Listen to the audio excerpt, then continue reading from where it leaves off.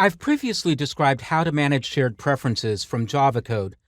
You can also manage preferences through preference activities. These are activities with an automated user interface that's managed by the framework.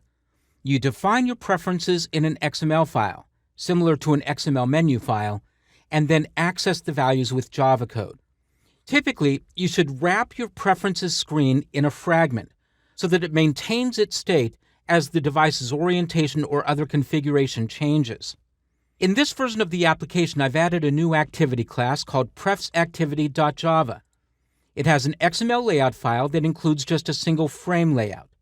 I've also added an item to my options menu with an ID of action settings. I'll do everything else in this demonstration. I'll create a new preferences XML file. These go in a resource directory named XML. I'll create a new resource directory and set the resource type to XML. The default directory name is XML, and click OK. Then I'll go to that new directory and I'll create a new XML resource file, and I'll name it settings.xml. This file can be named whatever you want, but it must have an XML file extension. The XML file extension is assumed to be for use with preferences, so I get a design view that has a preferences palette over here, and I can drag in a checkbox preference, an edit text preference, or any of these others.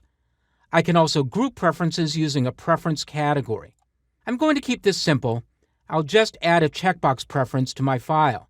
You can set the properties over here in the Properties window, or you can go into text mode and make the changes here. The default value for a checkbox preference is false, and I'll leave it that way. This produces a Boolean value.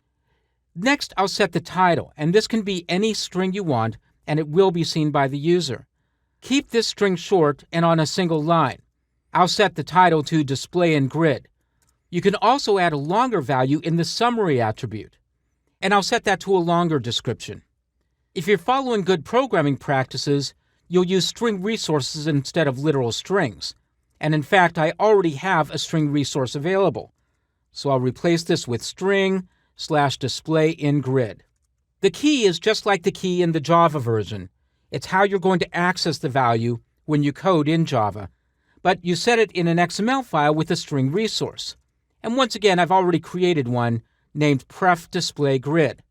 The value for this won't be seen by the user, so it can be anything you want. That's how I've set it up. So now I've defined my preferences and I'm ready to display them. I'll go to the class prefsActivity. This is a generic activity right now that's extended from AppCompat_activity to make it backward compatible to older versions of Android. I'm going to define a member class. I'll name it SettingsFragment, and it'll extend the class PreferenceFragment. When the fragment loads, the onCreate method will be called, just like any fragment, and I'll override that method. And after the superclass's call, I'll use a method named addPreferencesFromResource, and I'll pass in the resource ID of my new settings.xml file. The actual name of the file is settings.xml. The ID is r.xml.settings. Next, I need to load the fragment from the activity. That code will go in the onCreate method of the activity, and it'll be a fragment transaction. I'll start with getFragmentManager, then I'll call .beginTransaction, then add. I'll use a version of the add method that takes two arguments: the resource ID of a container that's defined in my XML layout file, and a fragment. The ID will be r.id.prefsContent, and that's the ID of my frame layout in the XML layout file. And then I'll instantiate my new settings fragment class and pass it in. And then finally, I'll commit the transaction. So now as the activity loads, it loads the fragment into the container. The fragment itself is responsible for going and getting the preference definition and loading that.